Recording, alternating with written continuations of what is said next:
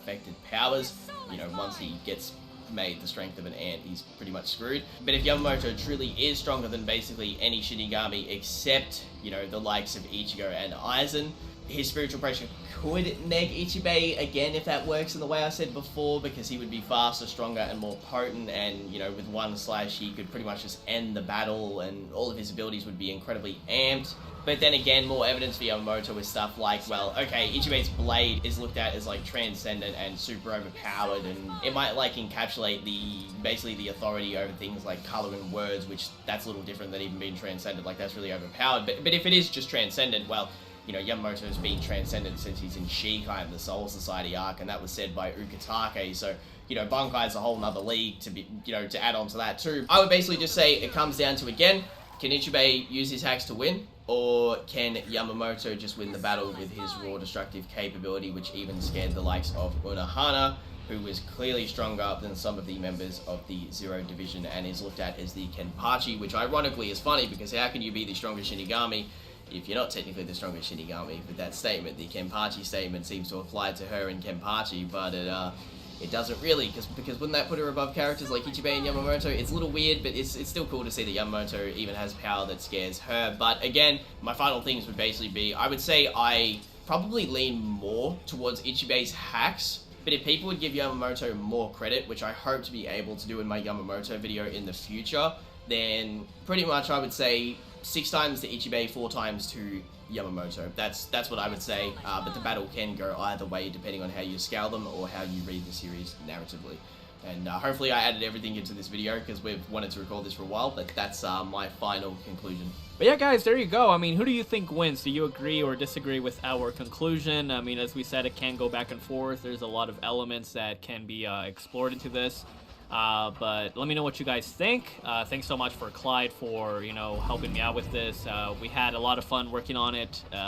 It was a pretty it's a pretty heated topic, you know, but hopefully you guys agree with the result. There's probably gonna be like some random person in the comments like, but didn't Ichibei and Yamamoto, like, they were interchangeable, were fighting Apollo 3000 1,000 years ago, and it's like yeah, we're like, alright, we know there's some weird stuff in the novels, but we're trying to be as, like, on the nose as possible with the direct canon material, because I know there's some weird stuff that's said about the characters in the past. I mean, even Baragon has some insane wank that I'm a little bit skeptical on, because Mr. Kubo does say, he's like, yeah, I approve of the novels. You know, they just show me stuff, and I say yes and no. Yeah, it's like, we didn't want to touch too much of that, because the novels are pretty bad in some sense. It's hard to tell, like, what is really from Kubo and what is like headcanon scaling from the assistants, because some of it is pretty funky. But anyway, just to be clear, both characters we genuinely believe, given certain arguments, could beat one or the other. But I think that at the end of the day, the cool part is Yamamoto actually gets a bit of representation in this video, because some people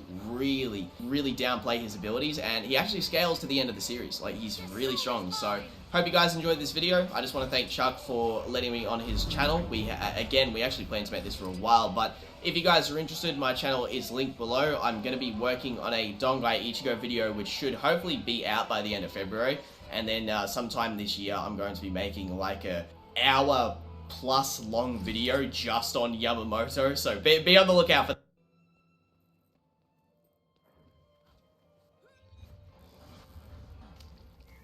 They'll have to hit much harder.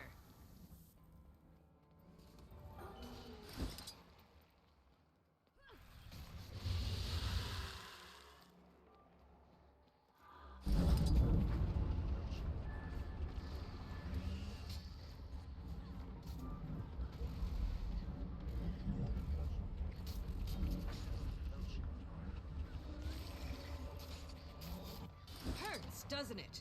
Your soul is mine!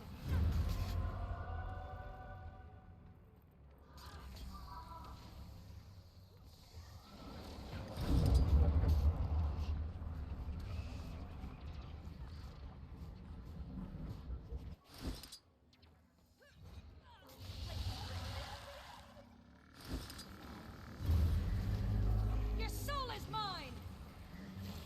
Chill to the bone! I don't have enough energy. Strength failing me.